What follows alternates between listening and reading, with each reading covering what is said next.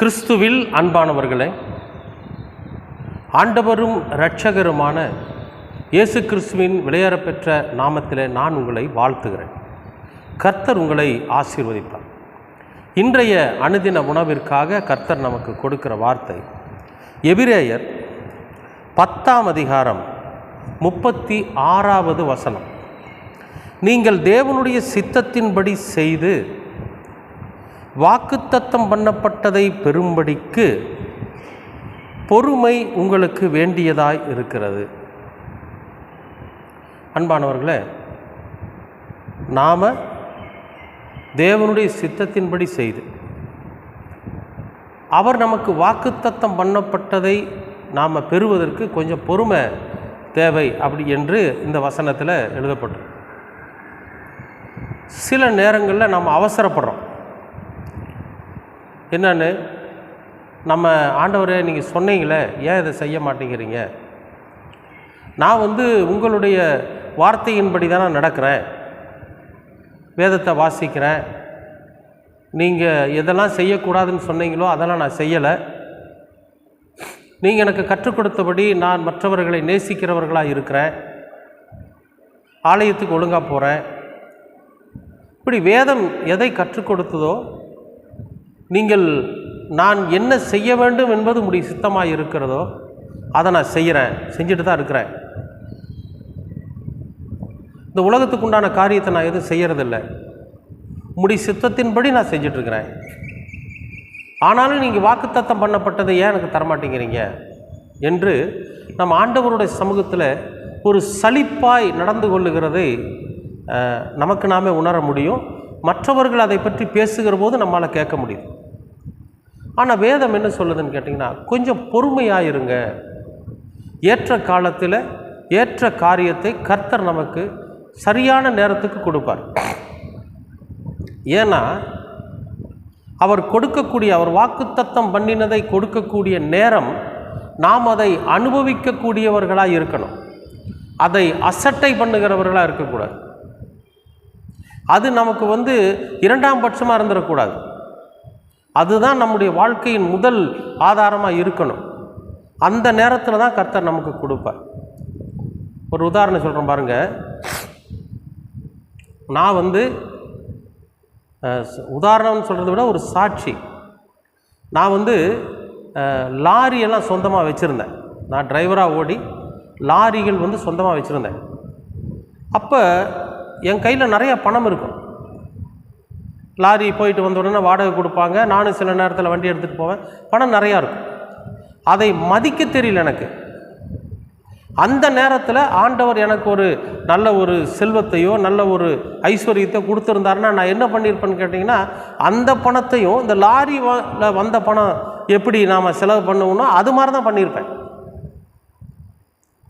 ஆனால் எங்கள் அம்மா வேண்டிக்கிட்டே இருப்பாங்க, இவனுக்கு ஒரு நல்ல புத்தி கொடுங்க, நல்ல அறிவு கொடுங்க, நல்ல ஞானத்தை கொடுங்க, இவனுக்கு ஒரு வேலை கொடுங்க, இந்த லாரி ஓட்டுறது இவனுக்கு சரியானது அல்ல, இவனுக்கு ஒரு வேலை கொடுத்தீங்கன்னா அந்த வேலையை அவன் செய்வான் அப்படின்னு சொல்லி அம்மா வேண்டிக்கிட்டே இருப்பாங்க. ஜெபம் பண்ணிக்கிட்டே இருப்பாங்க, பைபிள் வாசிக்கிட்டே இருப்பாங்க, எல்லாமே செய்வாங்க. ஆனால் எனக்கு அந்த பொறுப்பு வரல. நான் தான் தோன்றித்தனமாக நான் வந்ததையெல்லாம் ஊதாரித்தனமாக செலவு பண்ணிக்கிட்டு வீண் விரயம் பண்ணிக்கிட்டு தான் இருந்தேன். ஒரு காலகட்டத்தில் எல்லாமே என்னை விட்டு போயிடுச்சு. ஒரு 100 ரூபான்னா வேற ஒருத்தரோட கையை போய் பார்த்து சம்பாதிக்கணும், வேலைக்கு போய் சம்பாதிக்கணுங்கிற ஒரு நிலைமை வந்துருச்சு எனக்கு. சாப்பாட்டுக்கு இருக்காது, இந்த மாதிரியெல்லாம் இருக்காது. பல கஷ்டங்களை அனுபவிக்கக்கூடிய நிலை வந்துச்சு. அப்போ எங்கேயாவது ஒரு பக்கம் வேலை கிடைச்சா கூட நம்ம ஒரு வேலைக்கு போய் குடும்பத்தை காப்பாற்றலாமே அப்படிங்கிற ஒரு நிலை வருகிற போது ஆண்டவர் எனக்கு ஒரு வேலை கொடுத்தார். எங்கள் அம்மா வேண்டுனது, எங்கள் அம்மாவும் எங்கள் அப்பாவும் வேண்டுன அந்த வேண்டுதலை கர்த்தர் எனக்கு எப்போ நிறைவேற்றுறாருன்னா, ரொம்ப வருஷம் கழித்து எனக்கு நிறைவேற்றுறேன். இந்த வேலை கிடைச்ச உடனே நான் வெளியே எங்கேயும் போகிறதே கிடையாது, அந்த வேலையை மட்டும்தான் செய்கிறேன். ஒரு 100 ரூபாய் என் கைக்கு வந்துச்சுன்னா அதை நான் வீண் செலவு பண்ணுறதில்லை. என்கிட்ட எந்த கெட்ட பழக்கமும் இல்லை. இருந்தாலும் எந்த விதமான செலவுகளும் நான் பண்ணுறதில்லை. அதை எப்படியாவது குடும்பத்துக்கு செலவு பண்ணணும், பிள்ளைகளுக்கு செலவு பண்ணணும், ஒரு வீட்டு வாடகை கொடுக்கணும், அல்லது ஒரு வண்டி வாகனத்துக்கு வாங்கணும், வீட்டுக்கு சாப்பாட்டுக்கு வாங்கி போடணும் அப்படிங்கிற எண்ணம் தான் வருகிறதே தவிர வீண் செலவு பண்ணுறதுக்கு வரல. ஏன்னா பணத்தினோட அருமை எனக்கு தெரிஞ்சிருச்சு, வேலையினோட அருமை எனக்கு தெரிஞ்சது. அப்போ தான் கடவுள் எனக்கு கொடுத்தார். அன்பானவர்களே, நம்ம பொறுமையாக இருக்கணும். எங்கள் அம்மா ரொம்ப பொறுமையாக இருந்தாங்க, நான் இருக்கல, எங்கள் அம்மா இருந்தாங்க. அவருடைய வேண்டுதல்களையும் அவர்கிட்ட அம்மா கிட்ட ஆண்டவர் செஞ்ச உடன்படிக்கையும் நிறைவேற்றுவதற்கு அவங்க பொறுமையாக இருந்தாங்க. ஏற்ற காலத்தில் அவருடைய மகனாகிய எனக்கு வேலை கொடுத்தாங்க. ஏன்னா நான் வேதத்தை அறியாத இருந்தேன், எங்கள் அம்மா வேதத்தை தெரிஞ்சவங்களாக இருந்தாங்க.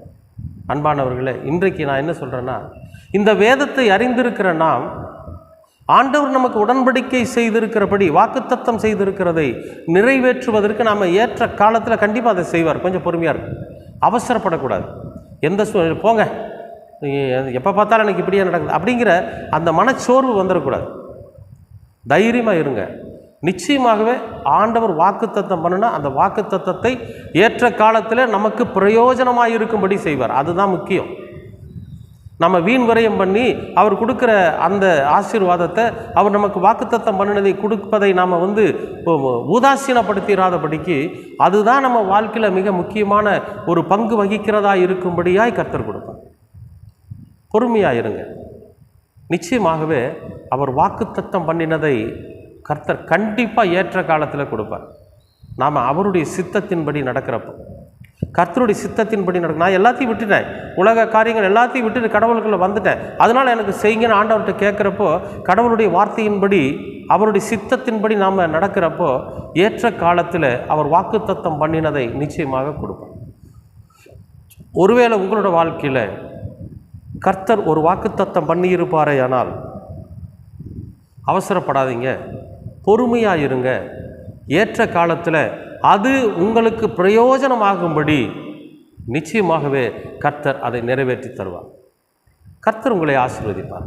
பொறுமையாக இருங்க. அன்பின் பரலோக பிதாவே, அருமையான நல்ல இந்த அனுதின உணவிற்காக நன்றி.